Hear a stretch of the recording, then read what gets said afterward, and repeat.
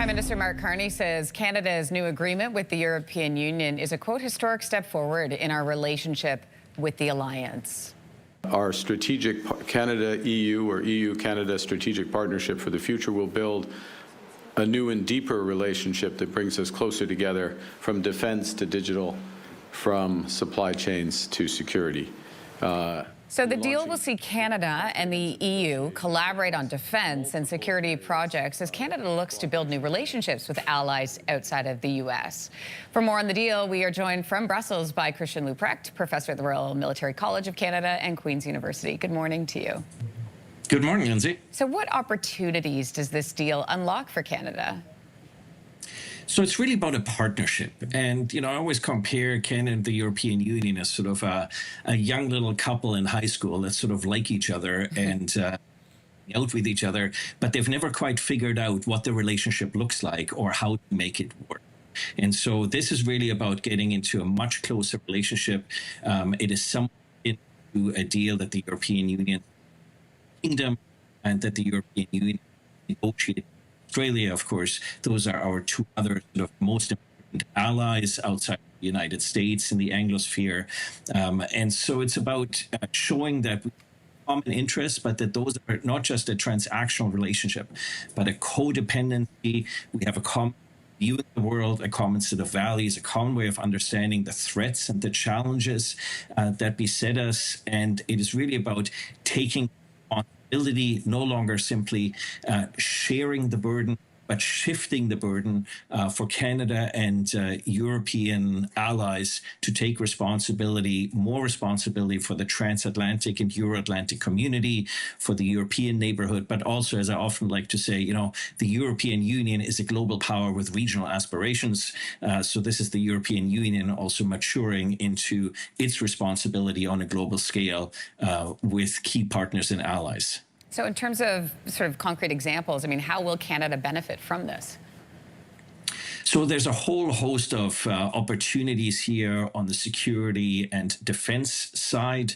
A lot of coordination and much closer coordination between Canada and the European Union, modeled in a large part on the agreement the European Union signed with the United Kingdom. There's a host of opportunities for investment by Canada in Europe and by Europe in Canada to make us much more codependent, interdependent. There's a lot here about trying to harness common synergies, in particular to make defense procurement, development, innovation much more efficient, much more effective. We spend, for instance, 3 to 4 times as much per piece of equipment in Canada, the European Union, as the Americans do. So although we're spending a lot more money, we're not spending it particularly efficiently or effectively. So this is about getting us together. And then there's a host of other areas where we're going to collaborate much more closely. Maritime security, in terms of our joint trade routes across the ocean, cyber and cybersecurity, logistics and logistics hubs, that ultimately that we have the same capabilities on both sides that become more fully interoperable, and so try to reduce many of those collective action problems, those high transaction costs that we have, trying to reduce those. Christian, the Prime Minister says this deal is Canada's intentional first step to participate in Rearm Europe. Canada could supply weapons to Europe through the more than $1.2 trillion program. So what needs to happen next for Canada to join that initiative?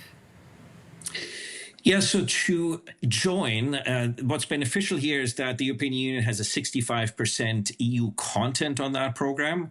And so by Canada joining through the Security and Defence Pact, it means that Canadian contributions now count towards that 65% component. There's also a number of financial incentives here for European countries to work more closely on defence procurement, precisely because there's so many similar weapons platforms, for instance, and they produce them in much lower number, which then and inherently increases substantially the cost per platform.